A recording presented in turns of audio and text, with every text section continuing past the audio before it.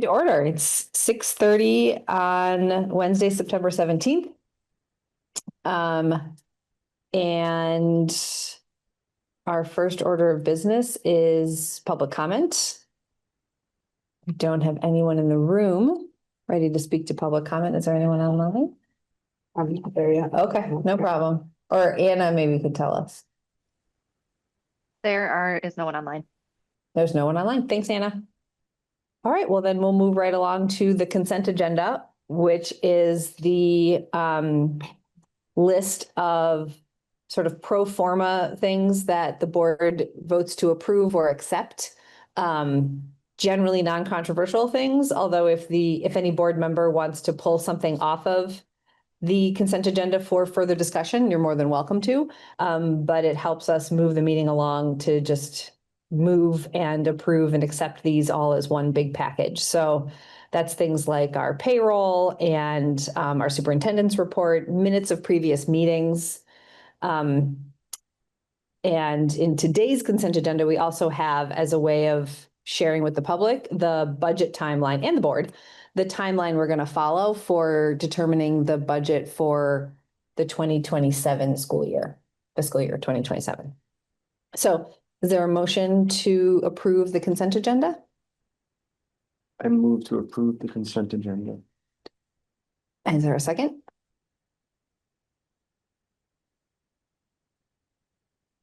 Second. Any discussion?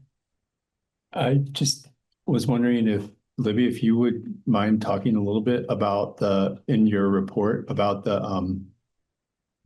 the task force and sort of how that's appreciated. It seems like it's kind of all still in the gathering is there any motion going on there yet? Or? No. So they've designed a rubric-ish, I guess you could call it a rubric, to ask questions about potential maps. And they're playing around with whether or not that would work. Like that works as an evaluative tool for if a map would work. It's a rubric works. Yeah. Evaluate a map. Yeah, Okay. exactly. Right. And I don't know if their evaluative tool right now really works for the task at hand, because what they did was take language from the law and put it into a rubric when it's more complicated than that. Yeah. And so I think they're recognizing that the last meeting they played around with that evaluative tool for county-wide school districts, not as a suggestion that they should do it, but just as an easy bracket, right, for new districts.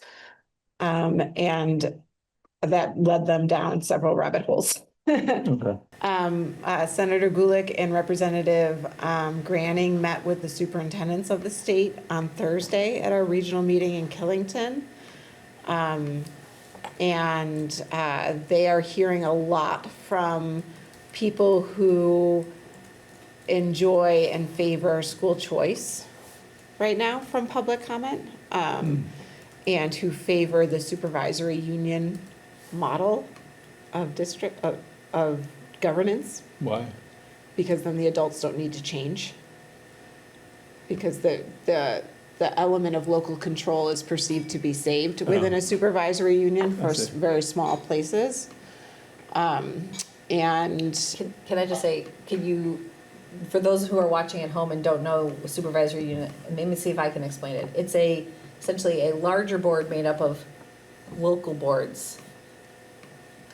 it's a governance structure. Yep. Supervisory union is a governance structure where each school has its own board. Right. And then there's an overarching supervisory union board as well. And those boards are a part of. If there are 6 districts with, let's just say 6 school buildings, 6 districts within a supervisory union, each of those districts are their own entity. So they have their own budget. Yep. And then there's also a supervisory union budget that feeds into that. Yeah. And so it's a pretty inefficient way to run from a governance perspective. Mm-hmm. There's one superintendent in the state who has something like 69 board members or something like that. That's a lot. They have a lot of boards. Mm-hmm. So I say the same thing 13 different times. That's what she said in the meeting the other day, or 17 times. So they're saying they're hearing a lot of public comment from people who enjoy that structure and benefit from that structure. The superintendents were quite clear that school districts is the more efficient structure. That was our remarks to them. The superintendents who were in the room, which was the vast majority of us.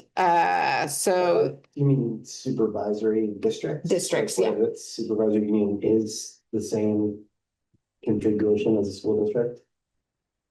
So the superintendents favor school districts like what we are. Right. Yeah. And very much dislike the idea of supervisory unions for the most part. That is not unanimous across the superintendency. So just to be clear, but for the most part, superintendents in the room were favoring that. So that has happened. And I think VSA is coming out with kind of statements around that, VSA being the Vermont Superintendents Association. Other than that, they're trying to figure out how the task force is trying to figure out how to do how to get public feedback and public input across the state. So they hear from more voices. Is there a place where school boards are going to be asked to specifically weigh in? So Mia, as chair, just received a survey yesterday Monday? Yeah. No, yesterday. Yeah. from the yesterday. task force to fill in. I haven't done it yet. That we have not had a chance to talk about, and I think it's not due right away. No, it's like the 5th of October. But it may be something she wants to get feedback from the board on. But that will be an opportunity for boards to weigh in a different way. And I think it's definitely something this board should consider discussing, whether or not you want to make a public statement around governance structures or whatnot, because Montpelier-Roxbury is in other public comments that says we gladly join Montpelier-Roxbury as a supervisory union. So we're brought in to other people's public comments that are on the state boards. But if you read the public comments, you can see them yourself. They're public documents. So I think it would behoove us to say something of that nature, but that's for another night. So I think that's the most update I can give at this time. Yeah, no, that's great. Thank you. Yeah. I just had one comment, which is that the budget timeline is really, really excellent. And I think last year we had a special dedicated budget page on our website. Am I remembering that correctly? I thought this was great. There's a lot more detail in here than I think the public would engage with, because some of it is the internal steps that you and your team are taking. But if there was a way to share either a lighter version of this, that is, here's all the public facing things that are going to happen, or maybe this and then bold. Yeah, Those things. we're just not there yet. Oh, yeah, right. No, it's to be done. Yep. I think that would be very helpful for folks following along and wanting to make sure they can contribute to what the budget will look like. All right, any other discussion on the consent agenda? Okay, all those in favor? Aye. Any opposed? Okay. All right, let's move right along then to the presentation from Tom and Libby on the state of the state of our facilities. Yeah, so Tom, you come on up to the mic as I'm pulling this up. One of the things to note for the school board is that the facilities report has not changed a whole lot from the last one. Oops, sorry.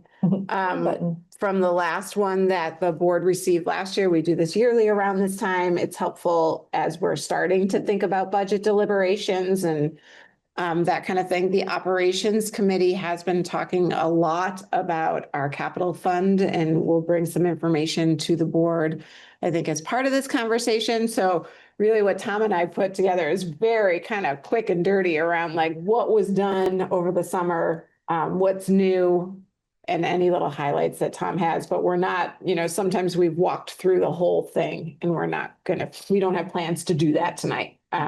So if there's questions, that's further in the report, because you all, I'm sure, have read it and memorized it. Then we'd be happy to answer them, but that's not our plan for this evening. Just to put everybody in the right, say, frame of mind, right, Tom? Right, yeah, I kind of really actually like the document because if someone's new coming in, you can actually see what we've been doing for 5 years, and then we're actually dating our roofs every time, so we're updating the document. So it's a living document, and we're just trying to move within that 5-year window. So I think it's actually a pretty decent document when it actually can state that, and you can see that what we do each year. And then see that, okay, well, we didn't do the roof, and let's look at this a little closer type deal on that number kind of, you can learn looking at those things with this document. So I'd like to be able to start with the slideshow a little bit right now and kind of add a few things on top of the document. What I want to start with is one of the things I added to the back of the document this year that we have not had before was the vehicles. One of the things that I've been here, well, let me introduce myself in case everybody don't know get started here. My name is Tom Allen. I've been with the school district now for 13 years, 6 as the head custodian here at the high school and 7 as the your custodial maintenance supervisor. And I appreciate the opportunity of being your director of facilities. So now that I wanted to kind of start with this here was I've been actually maintaining the vehicles here for 13 years. Since I got here everything was really more or less based out of the high school. But with that going forward was the idea is some of these are starting to age themselves out and we have to look at that. So it's kind of a great thing to maybe add to this facilities document because it kind of does fall under the facilities bracket. One of the things that I really wanted to show you was one of the newest piece of equipment we bought is the RTV here. One of the things that we look at when we're looking at a vehicle is what can we really use it for and all the uses that we can for the whole entire school. And one of the things I was really proud about this is we rented it for 2 years. This thing helped us through the floods and stuff like that. We rented one through the local rental place up on the hill. And we really found there was a niche for this machine. So we want to put in our budget and our voters and you guys all approved it. And it was a great piece of equipment. One of the things that I really like to show on this is between the plow and the sander on it, we actually utilize our green ice melt with it now. So we do all of our playgrounds in-house and with that EnviroMelt, which was important because we were having rock salt before with our vendors we were trying to use on the outside and situation where kids lunch boxes were basically rusting on the playgrounds. So it was one of those deals where we just we wanted to kind of steer away from that. So allowing us to have this piece of equipment has allowed us to do that. So this machine now actually will start over at UES and it will actually start doing all the walks, around the playgrounds, everything else. It salts. The big truck actually goes over to Main Street Middle School and that truck that plows all the playgrounds and all the parking lots there. And then this vehicle chases it back with all the salt afterwards. So we basically really have a really good system in place. So Kim's our outside grounds person. He actually runs this piece of machinery. And then Matt takes over the plowing from what I was doing before. So we're more or less basically in-house in those 2 areas. And we have control of all the salt around our buildings. So that was a crucial piece of equipment that we were able to get this last few years. Again, we utilize this too for athletics. So the idea that this basically turns the keys over to Matt and the trainer to be able to utilize it on the sports field, setting up fields, stuff like that. So it's just another piece of machinery that we really found that it was a great investment for the school district. So presumably that saves on, sorry. Go ahead. That saves on costs for vendors to do. Yes. So right now we're only vending out the main parking lot here at the high school. Really the quickest way to do this high school parking lot was with a bucket loader, and I won't ask you for one of those. So I wouldn't mind trying to drive one. But at the same time, I really feel that this parking lot we have such a short window sometimes to get it done, and that machine is the right tool for the job. It really is for this parking lot. The only bad part is we do have to utilize rock salt here because we just cannot. It's very expensive to utilize the green product in a larger parking lot like this type deal. So That's great. yeah. So basically what I want to do is kind of show you the before and afters a little bit here. I want to phase out the flooding pictures as much as I possibly can and as we move forward. So Anna did a great job in just pasting them over the top of the other ones. So I just wanted to kind of show you the befores and afters. So we kind of continue with that work this year. So the stormwater project did happen. It was in the report there type deal. With that does help us with all of our drainage from the parking lot and the tennis courts. So all that water drains now into a collection area. It allows that collection area to fill the water up to a pipe, and then that pipe basically allows it to go across the track underneath the field to the river. Before, it used to just flow through the pipe right to the river. So basically, this actually collects all the contaminants. Type deal allows it to pool in one area, and then it perks into the ground. So a pretty decent little system that they designed, and I really feel like it's going to work well as long as we get some rain. Would be nice, but I did take a picture of it with rain in it, so I should show you it actually had held water. There's actually a picture on the next page. The storage shed, we actually raised the storage, the pads up 2 feet over the floodplain. If you remember when we lost the flooding, all of our athletics were actually flooded out too. We had a lot of storage down at the end of the track, plus underneath the grandstands. All that was all flooded out, so we lost a lot of equipment. So this is here actually is a lot of it's going to be for the track and field stuff too, because the larger stuff will actually be in the shed down at the very end where the flood zone is type deal. So we're able to just kind of be able to raise things up with racking there and make sure that we're out, kind of keeping that out of the floodplain too by just having on racks. But at the same time, we're at the maintenance shed will be next to Jason Miles' shop. That is actually still being built type deal. But that'll actually house our equipment because we can't really utilize the equipment down the other shed too because of the flood. So the other picture here on the slide is this is the renovation when we moved the electrical service from the basement up to the first floor. So now this basically is next to that little room next to the conference room over here. That whole entire system's up there now. So it's high and dry. So now the idea is you can see we have to patch up these holes that were there before when we finish up some more of that waterproofing that we're going to do in the basement still. Type deal. The next slide kind of shows some of the track improvements that we were working on. That is the safety fencing that we added. This is for lacrosse and soccer.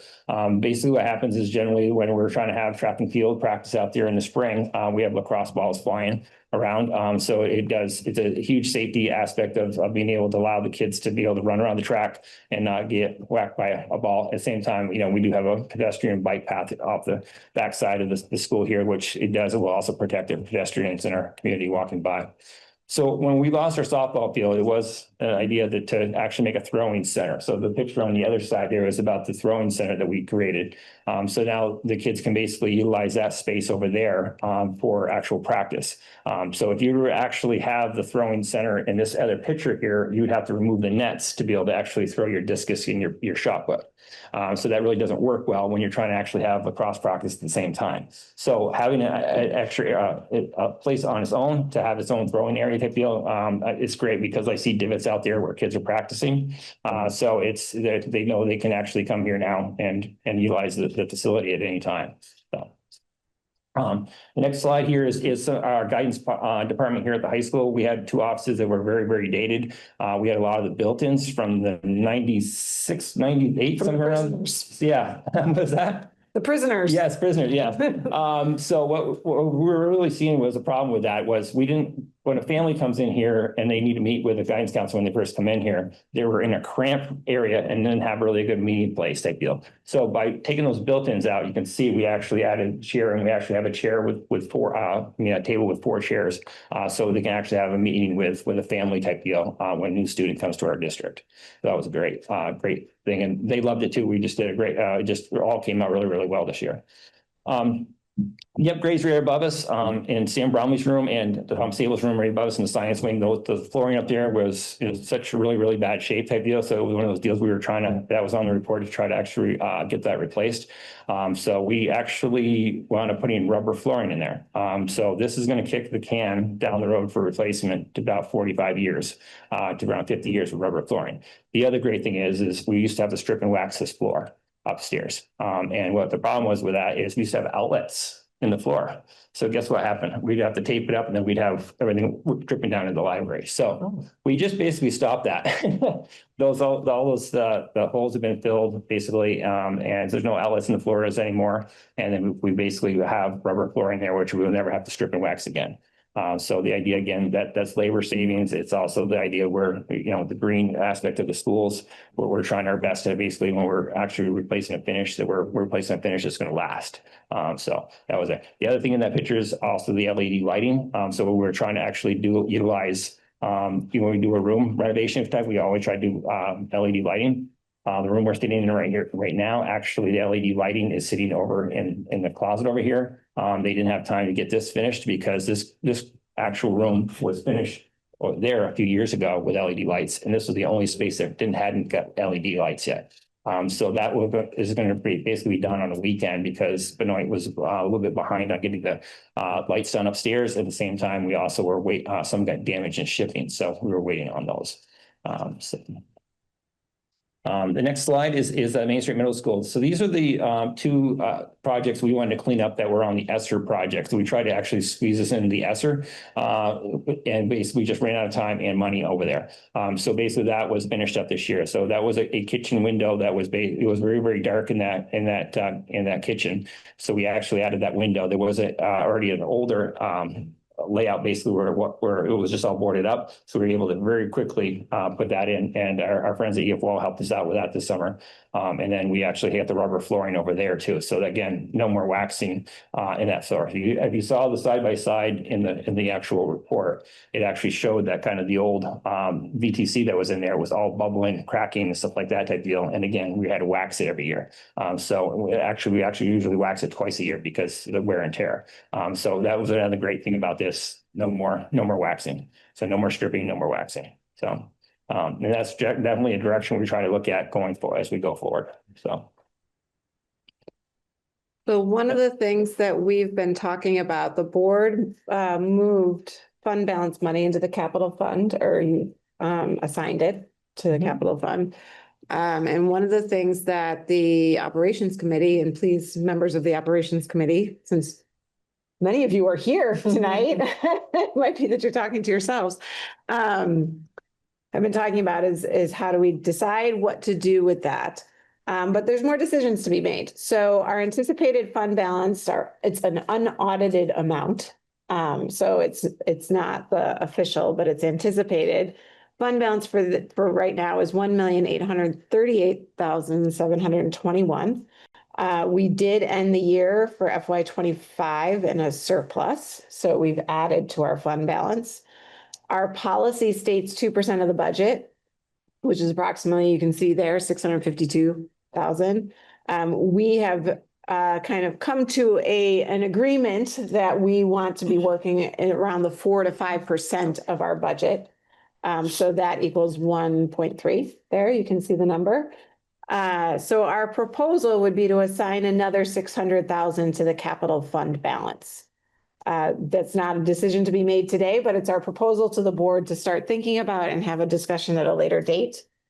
That our current capital fund is 1,770,000, and with the proposed future assignment, it's 2,370. So thinking about that, million, sorry, 2 million. Thank you, Tim. Let's make sure that decimal point is the right place. As you're thinking about this, the options for consideration, and keeping in mind that in order for Tom to have this ready to go by the first day of summer vacation, because we start work that first day on any kind of major project, we need to go out to bid in November. So that's kind of the time period that the school board has to make this decision. And as we're thinking about it, these are very broad ideas, but one of the things the operations committee asked us to do was to bring different options for consideration. And while we didn't have time, since we just met on Friday, to really go into detail about any of these, we can speak in a little more detail than what's on the slide, certainly. But some ideas we have, I believe somebody on the operations committee said we could pay down our bonds early. You could certainly do that. Instead of moving money into the capital fund from the fund balance, you could do that as a board. The current debt is $5,800,000 across 4 different loans. So that would be an option that you could do. You wouldn't need to move fund balance money over into the capital plan to do that. That's not what the capital plan is for. Number 2, what we keep talking about, those darn windows at UES and MSMS, the administration would recommend prioritizing the UES windows with some at MSMS for safety reasons and egress issues, which is approximately $1.2 million in each school building just to buy the windows. And I'm looking at Tom to make sure that's an accurate statement. without the labor and the storage, what we'd have to do. Because if we bought all the windows at one time, it would be a cost savings. However, we would need a space to safely store all those massive windows because Not the new shed, you're saying? no, it's not gonna, One bit. No. not gonna be in one of our sheds. Not in the basement. I thought I recalled the windows being in like the 500,000 range. Well, yeah, I mean, I think that was actually Like together. more. Yeah, so that would be like 1.2, I believe. 1.2 for With- both for schools both- together. both Oh, schools. sorry. Yes, yeah, yeah. Sorry. yeah, Thank you. yeah, yeah. I'll make sure we fix that. Yeah, Thank you, yeah, Tim, yeah, for that yeah. correction. Oh, okay. But the labor and storage, we're not positive as to exactly how much that costs yet. Thank you, Tim. We'll make sure we fix it. Are there even viable possibilities for storage? Because that's a Yeah. lot of. Yeah. there are. Yeah. Okay. Yeah, so Gotcha. places like EF Wall are ginormous, the construct, like they're huge and they do have spaces that would store that safely for us, but we'd have to pay for it. You know, we'd be Right. leasing Well, at that least there's space. something out there. Yeah. No. Sure. Perfect. And then 3, we could make room for other projects in the local budget. So we could get rid of some big ticket items. The ones that are on Tom's list certainly is the LED lighting at MSMS and MHS, making sure we have all of that down, particularly in this building in the gymnasium. That's not LED lighting yet. The gymnasium scoreboard now costs more to maintain than it probably a new scoreboard would cost, Wow. because it's old. And it's like, you know, the old Christmas tree lights that you're screwing in. Yeah, got these little bulbs like this, and I just ordered another 100 of them because we'll need them for volleyball and basketball, and we'll go through 100 bulbs. It's hard to believe they just burn out so easily. And then at the same time, when a ball hits it or something like that pretty hard, it doesn't take much to jar the filaments loose on those. Yeah, Yeah. so we're in need of a gymnasium scoreboard. And There's then. market to sell that, What's that? the vintage scoreboard. Okay, new scoreboard, yeah.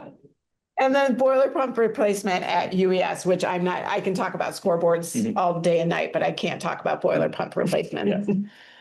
So that's over at Union. Yes, yeah, it's really the only pumps in the district we have not updated.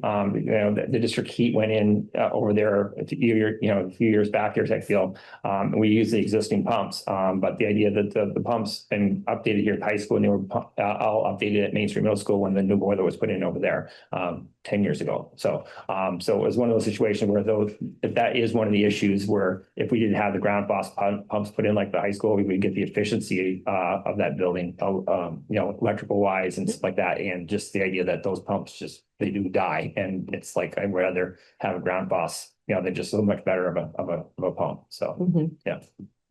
And then the final one, we could do some sort of combination. You could just buy the windows for Union, for instance, just as an example, and do the other projects as well.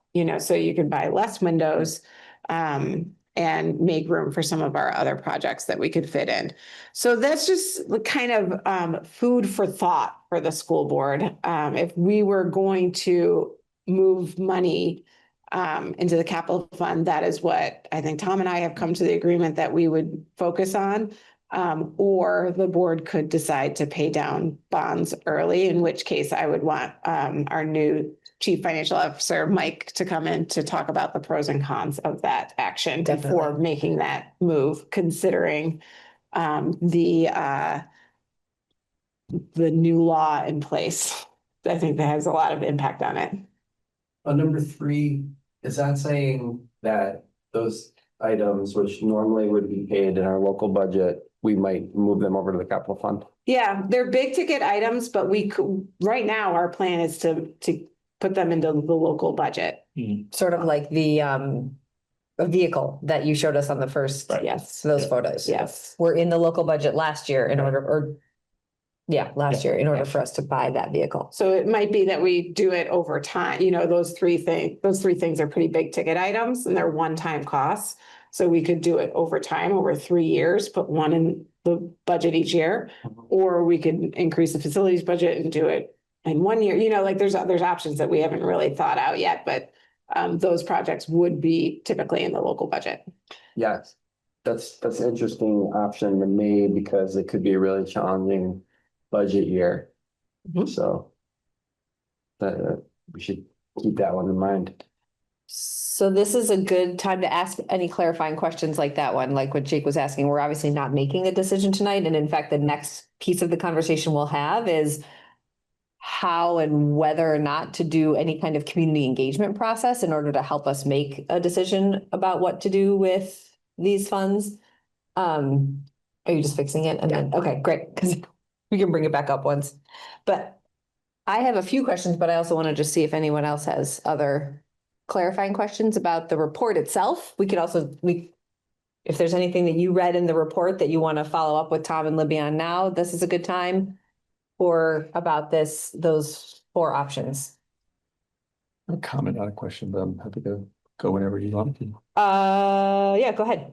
I just wanted to say, like, I've been, during the summer, the facilities committee took a couple of tours of Union, of Main Street, and we got to see firsthand sort of Tom, Andrew, and the district's approach to maintaining our facilities and not getting into sort of facility deficits. I think we do a really good job of maintaining these buildings that we have. And I see this as an opportunity to kind of maintain that and accelerate it a little bit for some of the bigger ticket projects that we've kind of seen on these reports for a number of years. I don't really have a preference at this point. Like, I'm very intrigued by all of these. I think there's a lot of merit to each one. And so looking forward to learning more about them and wanting to offer too, if folks want us in the operations committee to do anything in particular, that to work with the administration in any particular way, we're happy to do that, to help develop or refine these for the board's consideration. So I really just wanted to say that I think this is a great opportunity. I really appreciate the planning that's been going on with it, and any way that we can kind of build on what we've been doing, I think would be really, really a great move.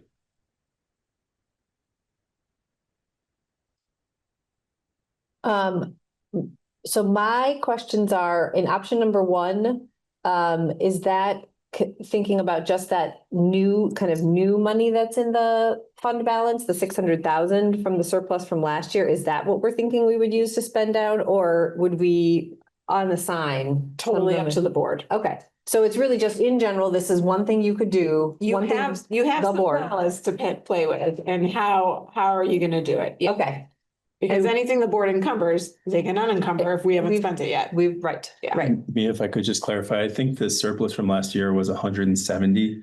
There was some more in the fund balance that we didn't put in the capital Got fund it. above so. Got it. I was conflating those numbers. Yeah. Got it. Thank you. Okay, that's good to know. So that would be a decision to make. It would be, I think it would be important to make that decision at the same time, like either yes, we should pay down bonds, and here's how much we should put toward them, not just make that decision kind of in a general way. It's helpful to have the money amount in number 2. And I think it would help me make the decision if I knew what that money amount was in the other options. So I know we're not making the decision tonight. So I guess my question is, and maybe you don't know the answer to this right now, but what would it cost to do the LED lighting at MSMS and MHS? And maybe that's in the report and I just need to reference it. No, actually, I believe Andrew had asked about the high school one time we were having problems with the high school, but then I knew we missed the opportunity to do it at Main Street Middle School as those that did the tour that, we did a lot of work over there, but the lights was the only thing we missed over there. Okay. But that was why I was kind of leaning toward that, but we don't actually have a number on that, but it is a moving number. So that's one of the living documents I've been sharing with the committee about is there are things that have been on a list for 5 years, and there's things that have been on a list for 10 years. And like one of them was that I have some single pane windows here at the high school I wanted to get cleaned up, but they started at 13,000 10 years ago. Those are $30,000 windows now. It just is crazy if we defer some maintenance, that it just costs so much more money in 5 years. Right. But I can definitely get some numbers type deal for what that would be type deal for both gyms like this. We can actually put some numbers to those projects. So, Great. yeah. I think that would help because, and I think another contextual question I have is, are we as a board figuring out, thinking through, how do we spend either 1.7 or 2.3 right away? Or are we thinking about how do we spend 1 million now, and then, do you know what I'm saying? You could, yeah, the board could make either decision. Yeah, It depends on which option really you want to go. right, Because if we choose to do windows and say we choose to do windows, Right. you know, get them all and start replacing them, that's the money. pretty much it. That's it, yeah. And we would, while we wouldn't spend it all right away, we would be signing a contract that would be, Commit the money. yeah, exactly, thank you. Commit the Couldn't money. use it for anything else. Right. Right, yeah. Okay, Yeah. so that's good to think about. I think about it less in terms of like, how do we spend this money, and more kind of how do we build on the work that build on the work that the district's been doing in the most effective way. So if the best value ends up, and with the priorities of the board and the administration, if the best value only ends up being 500,000 this year for project X, Y, and Z, then I think that's a fine outcome. Like, the way I'm approaching this is less, that we have this big pot of money we have to spend, and more that, like, where's the value and the opportunity to help advance the effort to kind of maintain and keep our buildings in excellent shape. Like, where's that best investment? Also keeping in mind that school districts work on a timeline for Yeah. big projects, as I Right. learned this summer, that contractors sometimes need some help understanding that timeline. Yeah. Well, then would you say your top priorities are reflected in any of these 4 options, Tom? Well, I mean, definitely with the windows, but one of the things that I remember what Andrew was looking at is, okay, maybe we just need to paint it to kick the can down the road. And it was well over, I think it was like 150,000, somewhere around $150,000 just to scrape paint, remove lead paint, do the abatement type deal, and then paint it. So are you going to paint a window that's that old? Right. So that's kind of that crazy, stupid money that you could actually spend by kicking a can down the road. And that's why I think we started leaning towards, okay, let's look at doing the windows. Then we started doing the window tests, where we actually tried 3 different window manufacturers to try to see what window would work the best at the schools. And that test has been done, and we've kind of leaned toward the Pellas, and that's why we got the number from the Pellas. So I would definitely feel that that school is a gem over there, and we can definitely continue to add to that gem. Union, you're speaking. Yeah, Union Elementary Yeah. School. Definitely, like cupola, I put that in the Right. report too. That's definitely something we would love to be able to keep maintain, and not letting kind of weather to the point, get it to a rot stage, basically by deferring any maintenance to that. The sign's gonna be easy because I can actually unbolt that and send it out and get it done, but the cupola is gonna be a different story. So, yeah. Jake, the sign's gonna get done. Yes. Were you the one who said, look at this sign? Yeah. Yeah, that sign needs some work. It does, it does. We got, Yeah. it's not, Yeah. the sign is not reflective Yes. of the gem that Union Elementary is. I've got to focus on that, so. Okay, so just to try to understand what you're saying, you mentioned windows when I said, are your priorities reflected up here? Are those your only priorities, or do you have other, do you have an order of priority Yes, of? so basically there's like the pumps, we're gonna see if we can actually squeeze that into this year's budget. Over at UES, basically we have, the gym lights, maybe we can squeeze that in this year's budget over here. We definitely still want to continue with the flooring, in the schools, but as we get into that, basically that May and June aspect, we have to look at that priority list of, okay, then we choose that project with that money that we have, that the voters give us. Yeah. To use. So we're always trying to utilize that, but each school has their own little priorities. Things I know that you went through the meeting we had a few months ago with the kids, and they told you what unit they would like to have in their. Yes, there. that's one top of mind for me. Exactly. Yeah. So that would be one of the other situations where we want to look at that. But we are in a soil management program over there, so there's a lot of hidden costs of installing something that we have to dig into the ground. Oh, that's good to know. So that's another thing. And then, of course, I know fencing is always a key thing over there too, is because it's such a condensed neighborhood over there type deal, to Yep. make sure that that's added to that program too. So all that together, it could be a pretty good number over at Main Street Middle School. So, Right. Because the unknown factor is, hauling, dirt away or having to deal with urban soils. And that's one of the things where. Right, which we ran into at Union when we redid that playground, right? Exactly. Yep. Yeah. Yeah. The only good thing is we got rid of all that. So a lot of those projects now, when we checked it and the soils are coming back good because they basically removed, 6 feet of dirt. Right. All the way around that school basically and redone everything on that playground. So, yeah. Yeah. Yeah, the Main Street Middle School playground is definitely a priority, but it's not on this list because I consider it to be like, we will be doing that. Yes. Yeah. That will be budgeted for, or we will use fund balance money to do it. It's a necessity. We need to do that. Our adolescents need something else to do out there. They sure do. Yeah. Yeah. So that's a community asset, I see as well. So Yes, I was at the pie meeting at Main Street last week, and that was also raised, is that it's like in that neighborhood, it's really the only play area, and we could really benefit as a and community it's our asset. only outside basketball court, and it's, Right. there's lots of pieces to it. Yeah. So I guess what I'm trying to just figure out in my mind is, in order to help with this decision, it would help me to know what is that order of priority, and how does something like, if it's just going to happen, do you even need direction from us? And then it sounds like maybe the answer is no. What would be the best direction the board could give to you both?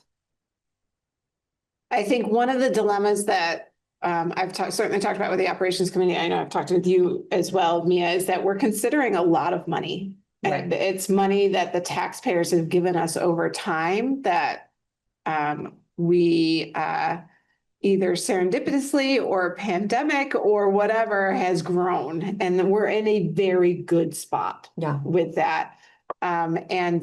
And when we're talking about taxpayer dollars of this level, I think we've learned that it is beneficial to talk to our taxpayers about how we use that money. And we can certainly state our case for our priorities here and what we need to do in terms of maintaining our buildings the way that we need to maintain it. I think some of these things could be in the local budget over time and just do them slowly. I think some could be one-offs that we just do, if we buy a gymnasium scoreboard, I don't believe that's a board decision. We would go buy a scoreboard if we were going to pick that one out, right? Yeah. But the windows and spending, upwards to $2 million on windows, I think it's worthwhile to have a longer conversation with people. On the conversation with people, I'm kind of thinking back to before I was on the board and imagining I didn't know anything about ed funding. If I was just a regular Montpelier taxpayer, I would think they had that track project for 1.4 million, which was really bad idea. And then they had to close Roxbury Village to save 1.5 million. And now they have all this extra money. What's going on? That would be my takeaway. Yeah. So how do we explain how this has happened and why it's not part of a tax issue now, which I'm glad I have people like you on my board to help us with that I conversation. got to work on my explanation though. I think for that explanation, one of the things we talked to the operations committee and what I really appreciate here is that I think it's really great to have options. It's either this or nothing, right? Yeah. We could pay down debt. We could just do nothing and, invest our funds and try and maybe not issue bonds for our next big capital project if a roof catastrophically fails or something, right? And if we have those, a few different projects, we could have a preferred outcome. I mean, I definitely have a bias toward the windows. I think I've heard that from the administration. I think that's a really good and important investment, but I want to hear what other people think. And so by teeing up the options, it lets people kind of think in that way. And I think that's one of the strongest ways that we can approach the community to say okay, there's the pay down debt, there's the save it for a rainy day, there's project one, group of projects two, and we think this, but what do you think? Yeah. Yeah, that's very clarifying for me because I'm starting to see these options. I think the way you meant to share them with us, which is essentially the pay down debt or put it all in on one major project, or break it up a little bit and put it among a bunch of projects. Or maybe some like go halfway on that major project and have other projects. Or it sounds like with Tim, as you were just recounting things, there maybe even is a fifth option, which is leave it there. And, you know, like you're saying, save it for a rainy day. I'm just saying it's could be an option. It is an option. I wouldn't be recommending it, but Okay. it is an option. Yeah. My concern is that there are a lot of school systems with a lot of facilities issues. Yep. Mhm. And there is the possibility of forced merger. What happens to assets, including liquid assets, in the event of forced merger? Mhm. Are these funds going to, you know, I don't know, some elementary school, On the other side of the county. yeah, somewhere else? And, you know, it's tough because you know, it's tough.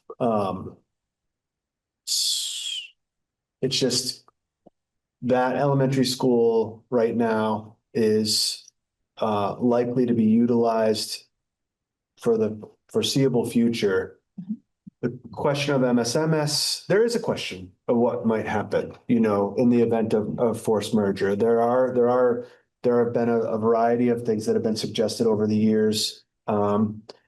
It's a kind of a, you know, it's a different problem in a sense than UES. You know, I would hate to see liquid assets redistributed away from the tax base that put them into the school system in the first place. And I think that, you know, UES is, I mean, Tom's here calling it a gem. Mhm. We love it. It's what we have for our littlest kids, you know, and as a person that has seen what can happen when, you know, small buildings with small children are very, very, very meaningful to the community. And they should be treasured and they should be maintained first and foremost. You know, I think that's even takes priority to me over middle school and high school buildings where kids are potentially, they have more flexibility, they have more capacity to move around if necessary. It's really tough to move little ones. They should have the best that we can give them. Spoken like the dad of 2 elementary school kids. Well, also a person that saw his community lose his elementary school and knows what that means. I mean, Yeah. you know, we're looking at a set of circumstances that we can't foresee. We can't really predict how it's going to go. What happens to liquid assets when you're forced into a merger Great question. situation that you didn't ask for? Do they get redistributed? Do they get taken back? Do they get pulled to the Board of Ed? You know, I mean, anything can happen. They might not even go to an elementary school like at somewhere in the county. You know, they could go right to the Board of Ed. And that would be really sad. Yes. So that's my thought. Yeah. Well, one thing I have to say is knowing that Roxbury did get shuttered, but the idea that we made an investment in the facilities department down there, when those heat pumps in, I have to say, when I checked that school all summer long, that, you know, the heat pumps maintain the temperature of that building. We didn't have any humidity problems down there. So that's one of those things where I have to say, again, I like to pat the facilities on the back when I can, because that's one of the things where I just feel that this, you know, we've been able to do this because of the support we've had with our community to continue to work on our buildings. So it wouldn't matter if we had full classrooms down there, that building is running right now, because we actually spent the money there. And so it's just one of those situations where wherever we spend the money, I think it's just going to be a benefit to the community. Yeah.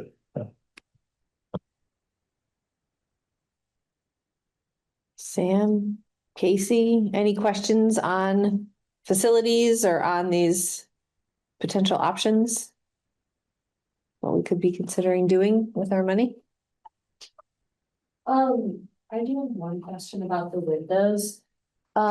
Specifically, which windows at the elementary school would be being replaced and the reasons why? Is it because they have, I think you mentioned lead paint? Yeah.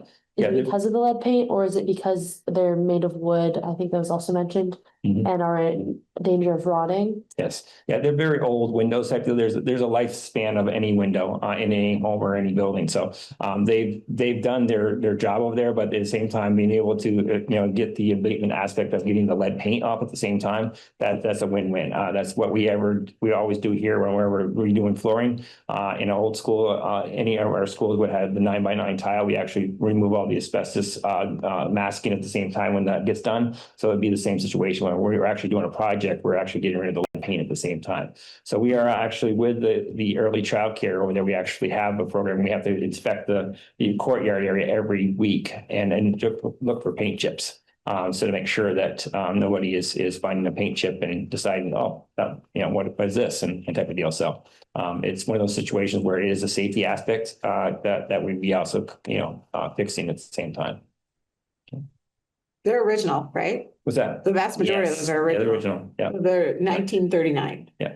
Is Yeah. the age of the window. They had a good run. Yeah, good run. But Yeah. we replaced some of them in the past decade. Yes. How Yeah. many? I think, well, we did that 3 tests, but then the addition of course that has a newer windows in it type deal. So they're not all that early, but the original Right. part of the building is. Where Melissa So, Pierce's yeah, classroom yeah, at, the purple and brick wall. Yeah. Purple walls and the brick wall.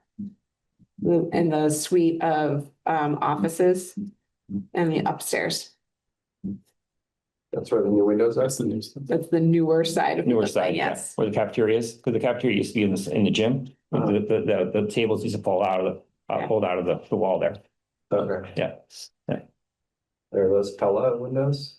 Not sure what windows were actually used when that addition was built, so. Did that answer your question, Sam? Yes. Okay, cool.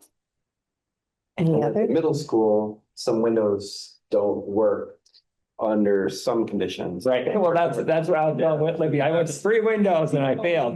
But at the same time, it made me, when I was talking to Mickey about it afterwards too, he says, well, I noticed the same thing, but I think it was because of the dry weather. The weather, basically everything being dry, boom, those windows went up. If you had 3 Humidity. days of humidity, I probably wouldn't be able to do that. And that's. I saw a fire. Yeah, Mickey.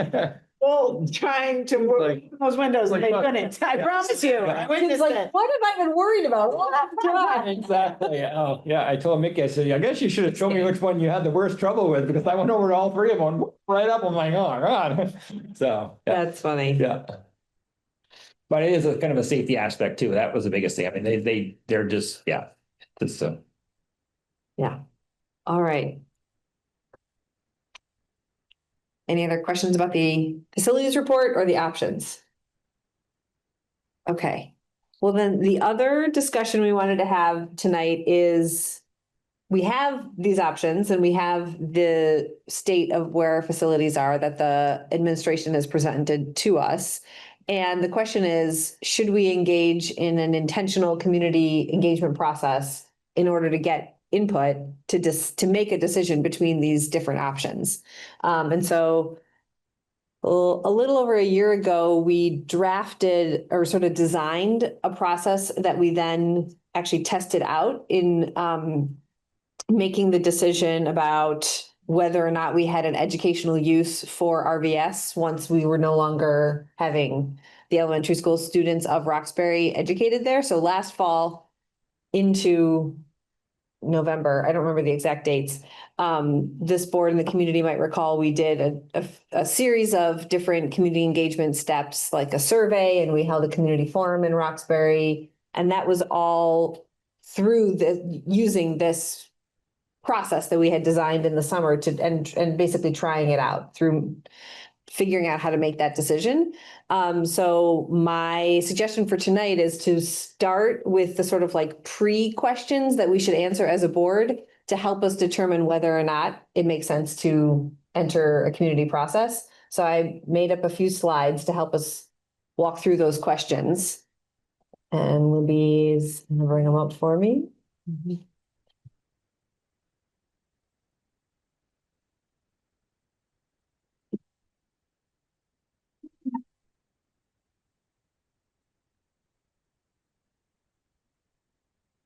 So I think you can go right to the next slide. That's what this is. So these are the main questions that we should be asking ourselves to help determine whether or not it makes sense to enter sort of a, I guess, formal, that's not quite the right word, but a formal process. What's the question needing the board's attention? That's what's been posed by Tom and Libby and the operations committee tonight, which is like, we've got these options for how to spend this money. Does this fall within the board's responsibility? Does this question need significant input from the community? And does the board have capacity to take up this issue at the time? So we're going to roll through those different. So we've just significantly increased the amount of money in our capital fund. I think you could also think about that as we have a significant savings account. How do we propose prioritizing these funds? That's the question that we're asked to answer. And then whether does this fall within the board's responsibility? We have a financial policy that says the board can do what it wants with its fund balance, AKA savings account. And we already made the decision to assign a lot of that money to the capital fund, but we could decide to assign more. And as Libby said, we can unassign it as well. That said, capital improvements decisions are largely operational decisions, which is why, so they're held by Tom and Libby. Those are the people who make those decisions, which is why Tom's predecessor, Andrew, didn't have to come before the board and say, hey, we now have an emergency situation at the roof over the cafeteria in the high school. I need the board to approve me spending this money. No.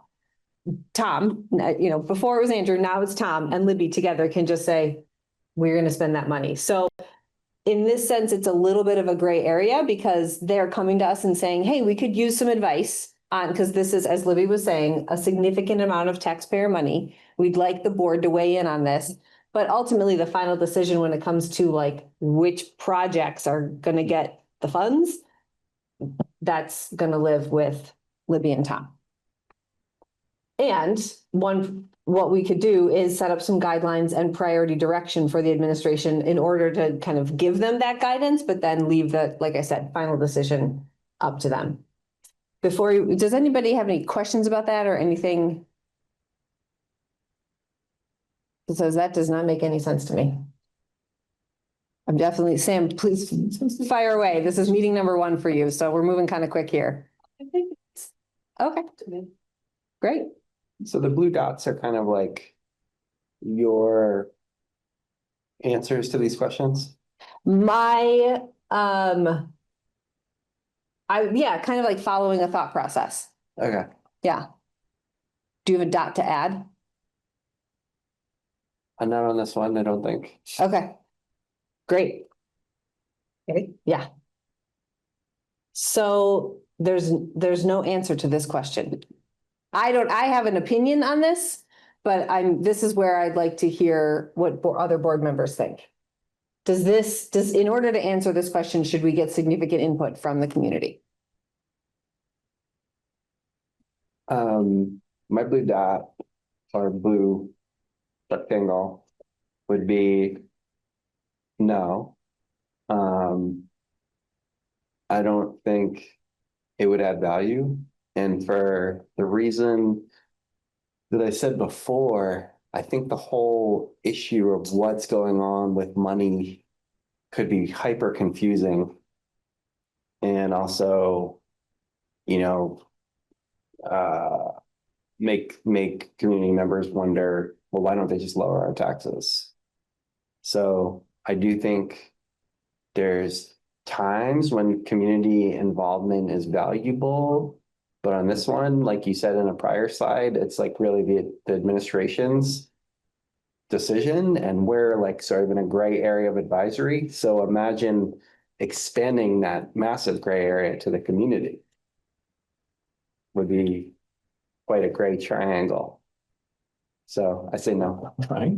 I know, he's moving shapes. He did say triangle. Shape shift. Yeah.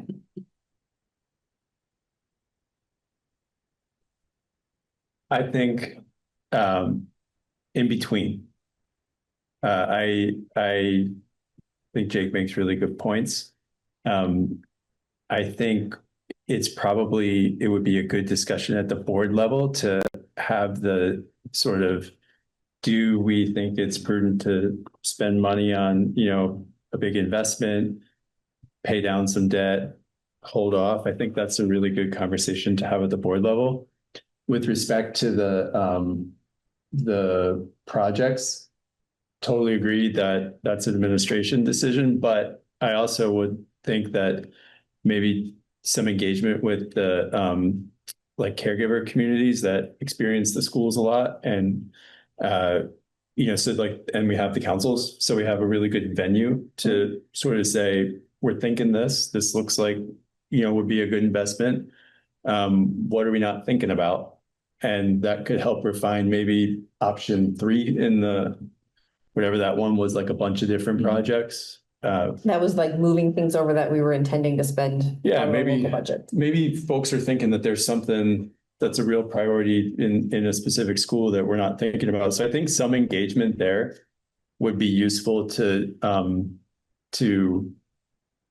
sort of confirm that we're looking at the right projects, or okay. thinking about the right options. So I think that's where I think some engagement would be useful.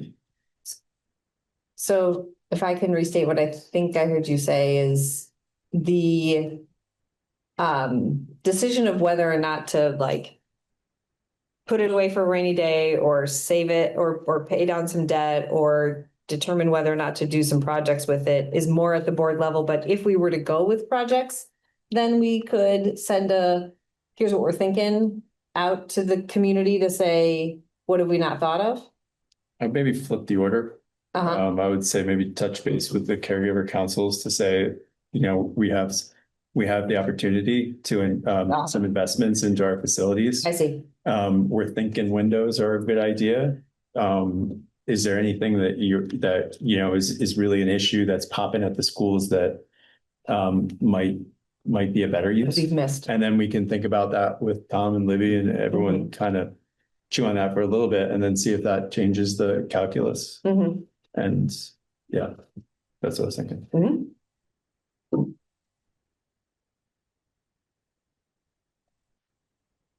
Go for it, Casey. I think I'm in the in-between camp, and I think getting some engagement and conversation in the community would be helpful. I don't know that we're gonna get input above and beyond anything that Tom and the administration have thought about. Like, they have the big ticket items in mind. And I think if we do go down that path, we've got to be really clear on like, these are priorities because like all the reasons that were laid out here tonight. And so I think community engagement is good to help people get to the point we're at of understanding what the issues are.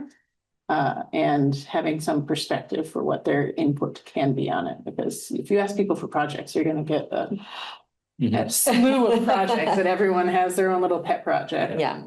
Thinks is important. And pumps really aren't sexy, but let me tell you. I doubt anyone's they thinking make about you the boiler sleep a lot better at night even when they're running.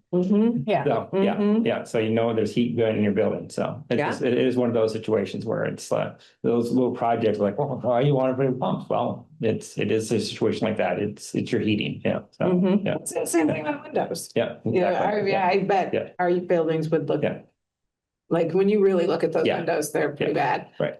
But if you're just driving by, you probably don't notice them. Right. So it's a similar thing. Yeah. What do you think, Brett? I think I've been looking at this facilities report for 5 years, and if we're gonna ask the community, I think that they're gonna speak to what they see now.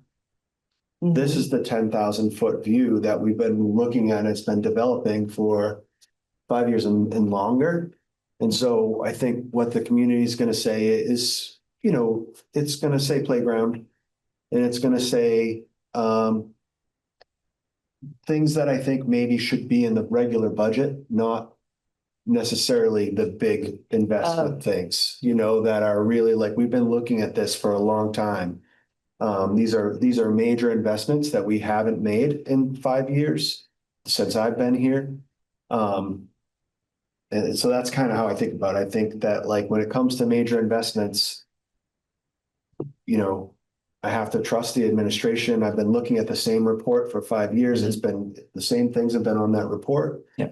And I think that the community is going to speak to smaller things that I think are more appropriate for a yearly budget than these really significant investments where, you know, districts across the state don't make those hard decisions and they have crumbling infrastructure.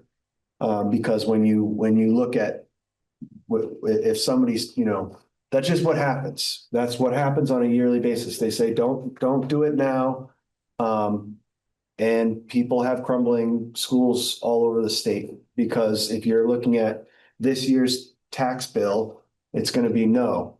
But if you're looking from that 10,000-foot view, you know, we put it off 5 years and we've gone from $250,000 to $500,000. You know, the cost of the windows themselves have doubled. Just the windows.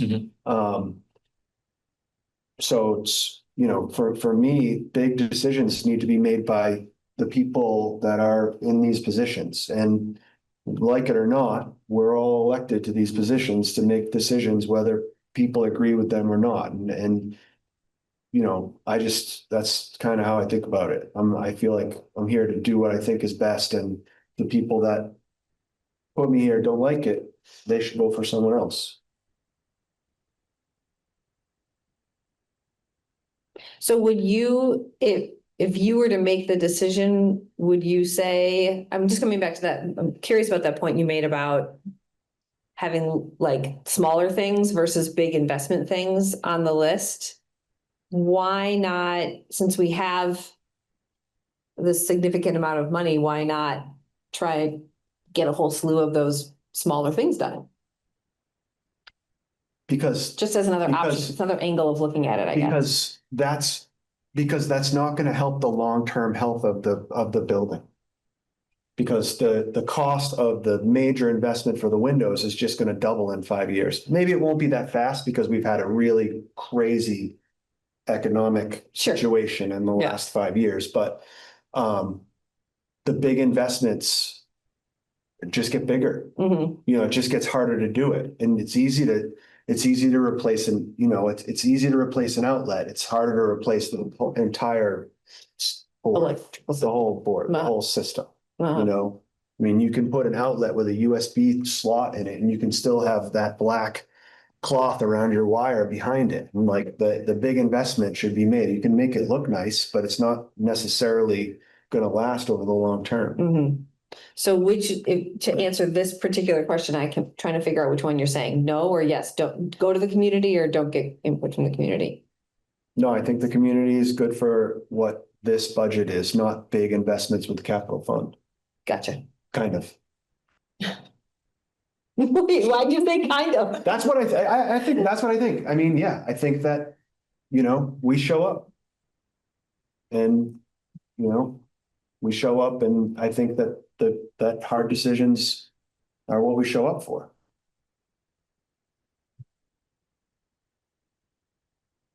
There's no one here. Except for Tom. Thanks, Tom. We're glad Tom's here. Yeah. I told him to be. That's true. He's paid to be.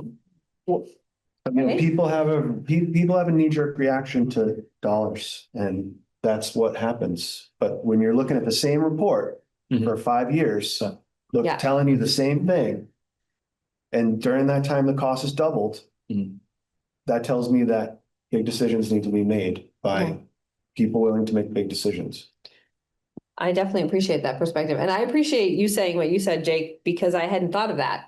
And my worry is that if we don't do something on the front end in order to get some kind of input, whether that's like Tim was saying, like, hey, here's our thinking about priority projects, or here's maybe what else we could do with the money. What are we missing? Something to gather some input on the front end. We will hear about it after we've made the decision or are very close to making the decision.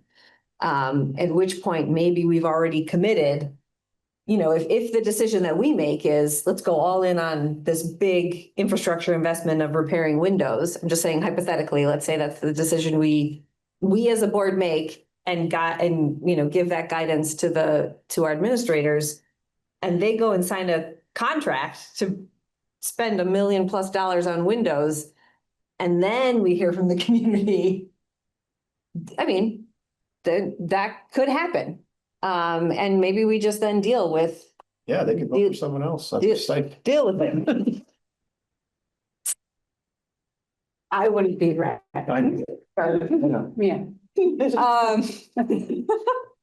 So anyway, in my opinion, it's better to at least hear some thoughts on the front end to help us be informed about the decision than it is to get it on the tail end, either right as we're about to make it and then we feel like we have to backpedal, or after it's already been made.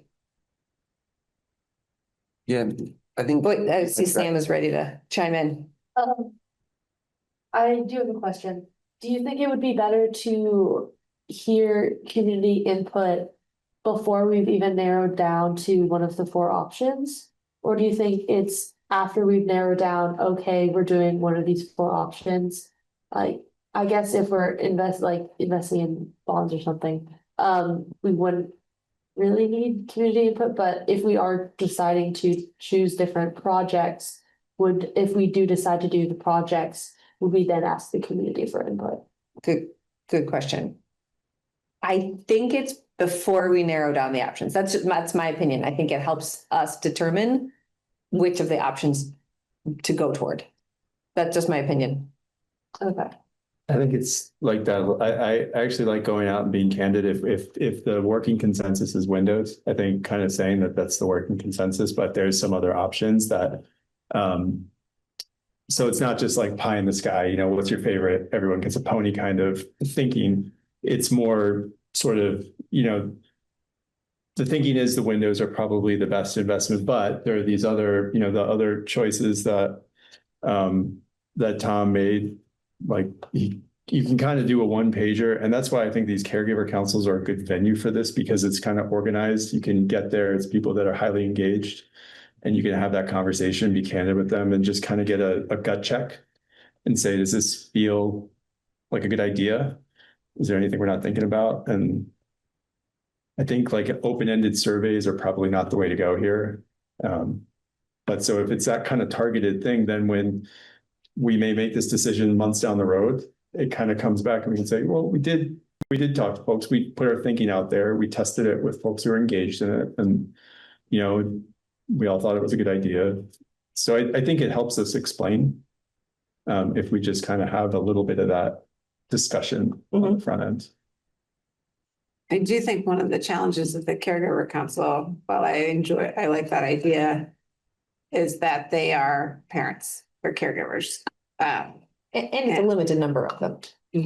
And they represent a certain parent. They represent a certain socioeconomic bracket, many of them. So I think there is a limitation to those groups. I hear what you're saying, Tim. And I think there is a limitation just there.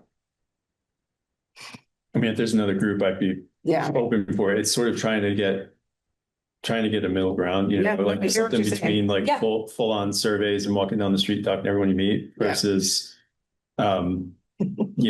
just cloistering up here and making the decision with no input. It seems to be like maybe a middle ground that might be reasonable. Yeah. But if there's another one like it, I think that would be reasonable as well. What were you going to say, Jake? I'm not quite sure on this one. Like I kind of see it both ways. I'm interested in what the other board members would think when they're here. But on the other hand, like I think of like city council struggle with Elks Club property and like over engagement and now nothing happening. And sometimes you gotta just make a decision, which I'm fine with. So I don't know. I'm undecided, but still leaning towards just making a decision, no engagement. Which, to be clear, the board asks the voters to vote on that every year on the budget. about how to use fund balance money. Mhm. Right? So the board does ask and gets approval every year about how to use fund balance money. So I just want to be clear that that is most definitely an option.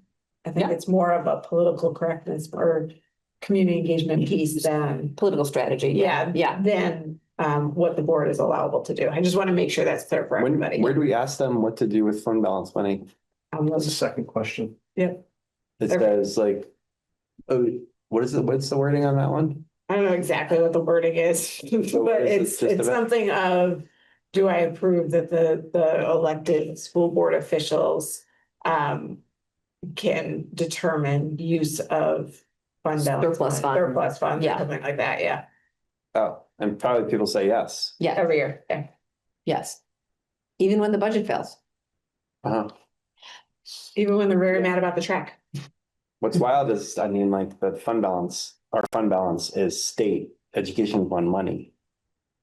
So, you know, it's, the state could, you know, it is from the education fund. So the notion that it's like local taxpayers is not accurate. Sorry. Well, it's all mists and mirrors. We're gonna not go down that road right now. True, though.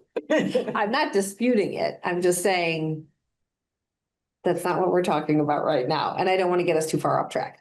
All right. I think that whether the board decides to go to the community before the board decides to make a decision or after, I think that when you talk about the windows, I think it's important to say, you know, when Libby started as the superintendent, Andrew started as the facility person, that was the birth of the facilities document.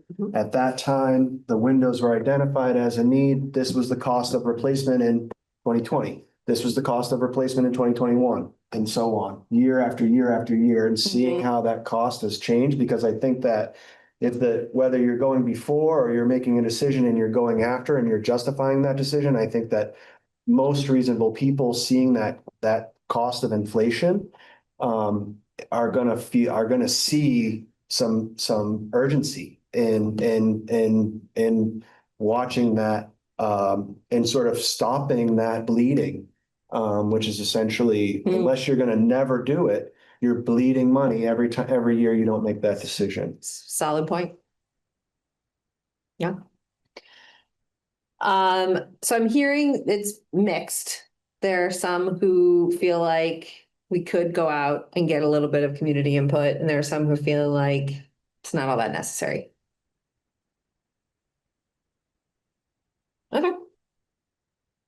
I think it's consensus that it's not like a full community press kind of thing. I think that's a consensus. Walking down the street and telling everyone. Yeah, we're not doing surveys, not kind of taking out ads. So I think to me, it feels like the scope of like disagreement is pretty small. It's maybe a few meetings with a few people. So I don't know, I hear a lot of agreement and what we're saying. Okay. And what would the timeline be? I ask because I worry about it getting like tangled up in budget conversations, and then like many people saying, well, if you have this extra money, use it to lower our tax rates. Yeah. That's a really great question. Libby, next slide, please. Well, given that Tom needs to be able to start going to bid in November, this would be a pretty short timeline. If we were to do it, which would mean, I think it would need to be pretty light touch. We wouldn't be able to cram a whole bunch of like listening sessions in 1 month. We probably could do something at like the fall festivals there, like that could be a place where we could put up that grid of 4 options, or we could put up that, like, we're thinking, here's the windows and here's that timeline. From 2020. Yeah.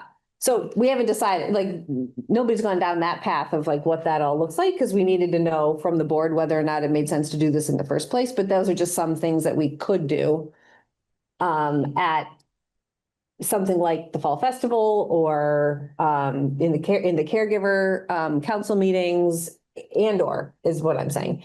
Yeah. going to one of the senior activity center lunches that happen once a month. So basically it would pretty much all happen in October in a time for us to be able to make a decision for Tom to be able to get going. Okay. Yeah, Sam, This is sort of backtracking, but that's all right. about the caregiver council, would there be worry of bias towards whatever specific school that the council is? Entirely possible. That's just a point to bring up, as if we are going to be talking to caregiver councils, I think that's a very big part of either, I guess, trusting isn't quite the right word, but trusting their input on like their bias towards whatever school they're either their kids go to. Yeah. Or they're like a member of.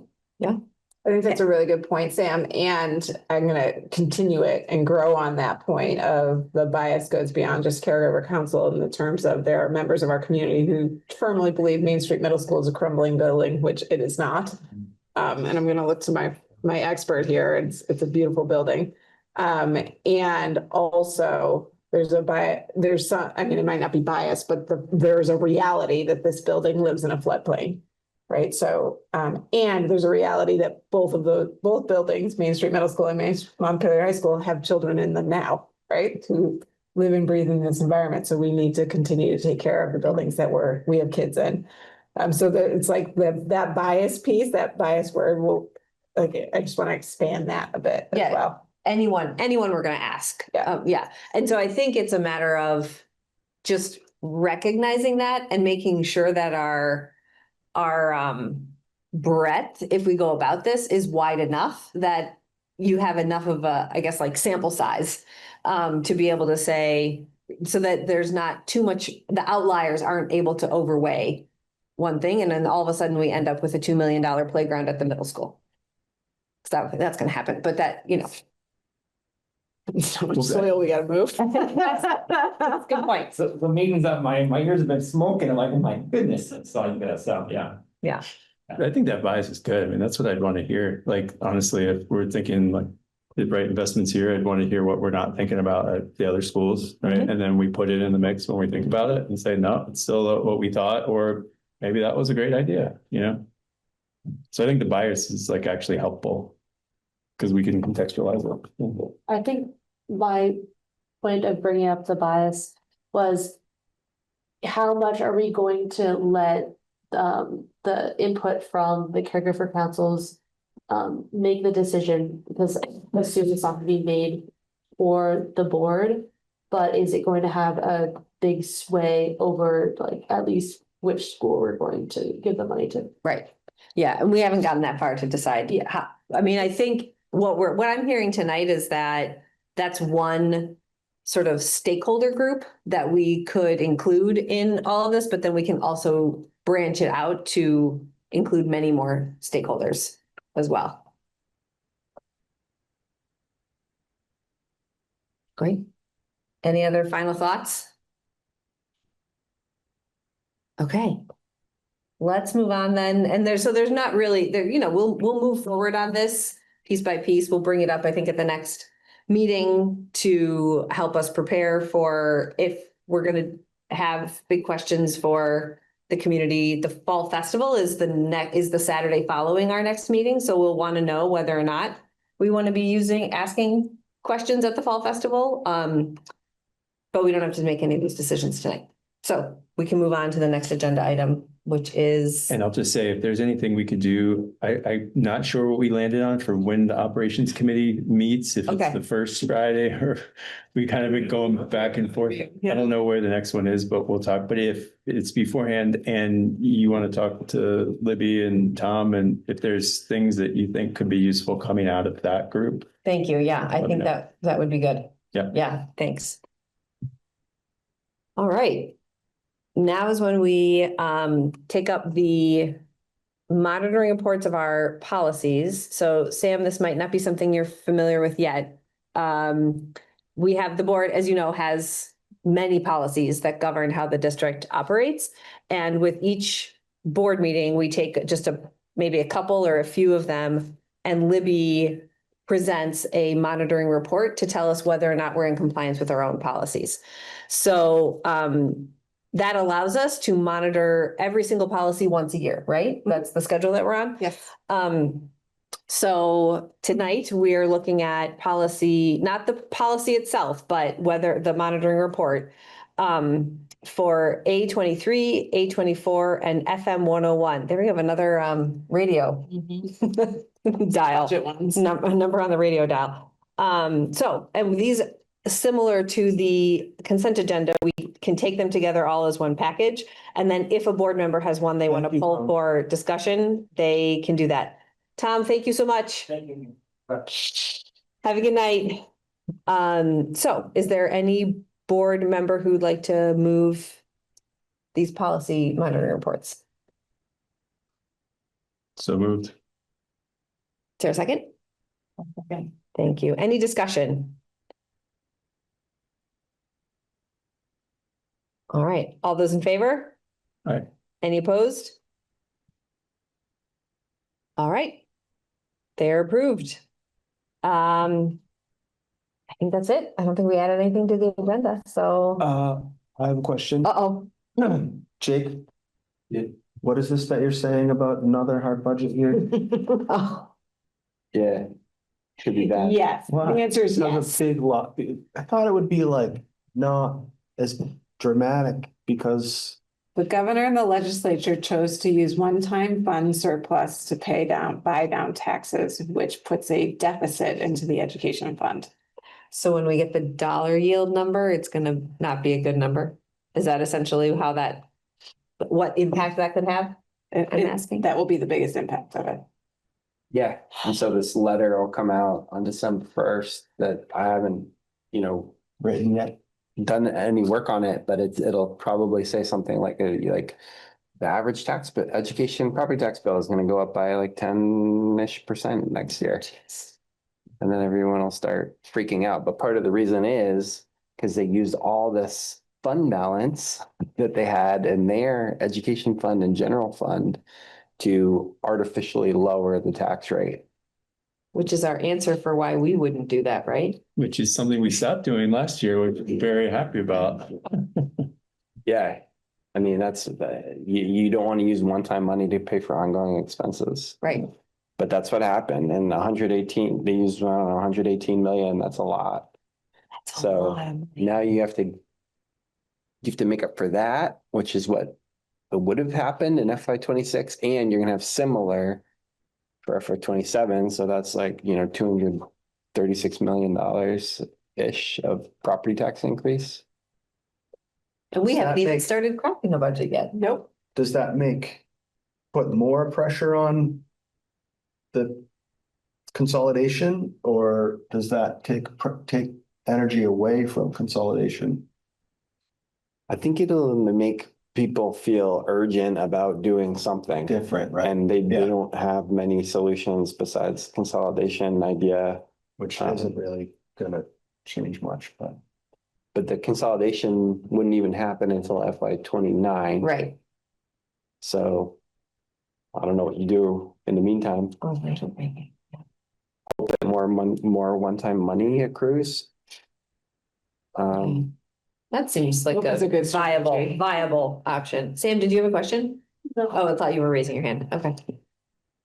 Okay, sorry to just. Well, mentally preparing my. I'm just very happy that was a 3-minute conversation and not a 30-minute conversation. Now, Very simple statement to make as to why it could be. Yeah. now is there a motion to adjourn? I moved that we adjourn. All right, thanks, Jake. Any second? I'll second. All right. Any discussion? All those in favor? Any opposed? We're out of here.